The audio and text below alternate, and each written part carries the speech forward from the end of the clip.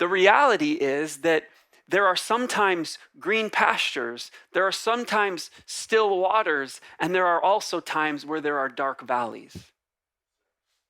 There are also times where we come into deep difficulty.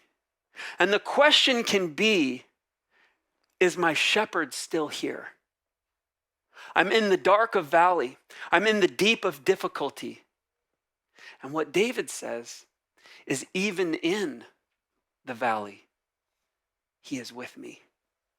Oh, that's not just true for David, but that's true for you and me. And so we're going to talk about the valley today.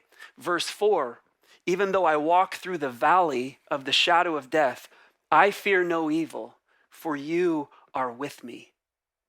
And our first point today, he is with you through every valley. He's with you through every valley.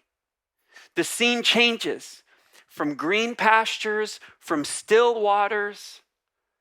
Yet David proclaims powerfully, the Lord is still present.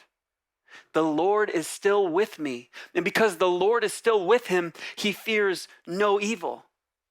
And the question is, what happened? I mean, verse 1, 2, and 3, this is good stuff. I shall not want, green pastures, quiet waters. Whew, this is good being a sheep.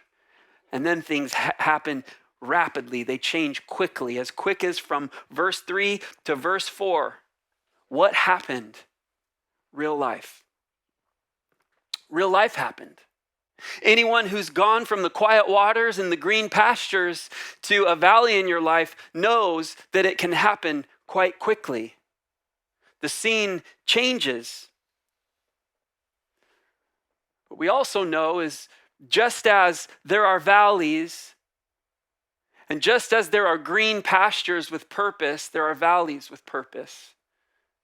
And the Lord is still with us in them.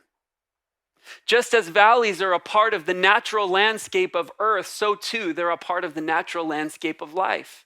We can't get around them. I would like to get around them. I would like to circumvent them. I would like to find another way than to go through the valley. But the fact is that we experience valleys. The definition of a valley in nature is a long depression between uplands and hills or mountains, a low point. That's the definition in nature of a valley, a long depression, a low point between high places, between hills. And anyone who's experienced a valley knows that it's a long depression, it's a low point. It's also a figure of speech, the valley. For situations in one's life, personal valleys are places, periods, or situations that are filled with fear, gloom, darkness, depression, or despair. That's according to the dictionary. Just as Psalm 23 abruptly goes to the valley, so it seems the valleys in one life similarly.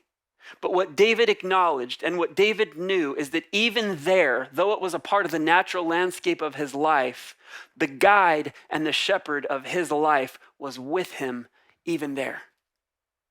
He had not forsaken him. He had not abandoned him. He had not left him. Rather, he was with him. And it's not the only shift that we see from verses 1 to 3 into 4 to 6. It's not the only shift. There's another shift. Because here's what we see in verses 1 to 3.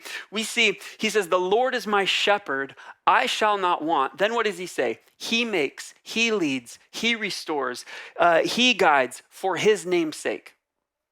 And then in verse 4, something changes. He says, though I walk through the valley, I fear no evil, for you are with me. Your rod, your staff, you prepare, you anoint. My cup overflows. So David moves from he and me to I and you. There's something about the valley that makes the Lord become more personal and more present than he's ever been. He goes from he and me, I'm just talking about him over there, to you. God, I need you in the valley. And that's true for you and me. We need him in the valley. And he's got to become personal in the valley because he's present in the valley.